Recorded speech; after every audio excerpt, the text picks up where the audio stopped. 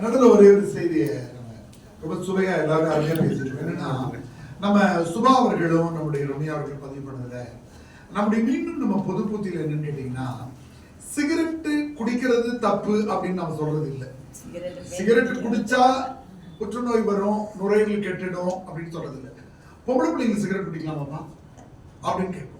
தண்ணி அடிச்சா தப்பு அப்படின்னு நம்ம சொல்றது இல்லை. பொம்பளை பிள்ளைங்களே தண்ணி அடிக்கிறாங்க. நாம அப்படி வந்துட்டோம். அப்போ அம்மா சொன்ன மாதிரி நீங்க நல்ல ஒழுக்கமுள்ள ஒரு கைடா பார்த்து தேர்வு பண்ணிக்கோங்க. அவங்க நல்லா கேட்டு நீங்க தேர்வு பண்ணிக்கோங்கன்றது வேற.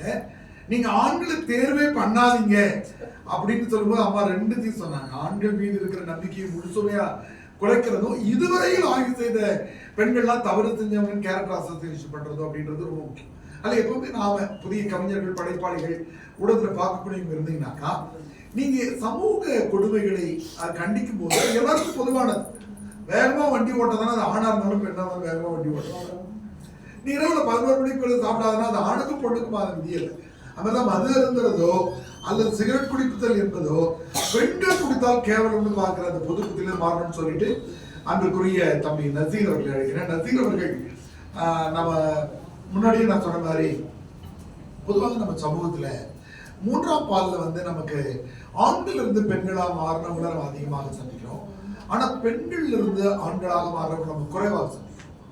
அப்படி தம்பி நசீர் தன்னுடைய +2 வகுப்புல பெண்ணாக இருந்துட்டு ஆணாக மாறினவர். அவர் இந்த சமூகத்தில் சந்திக்கக்கூடிய பிரச்சனைகள், காதல் திருமணம் பண்ணியிருக்காங்க, அவங்க மனைவி வந்திருக்கிறாங்க, அவர் சந்திக்கிற அந்த பெண் உளவியல் தம்பி என்ன சொல்றாங்க?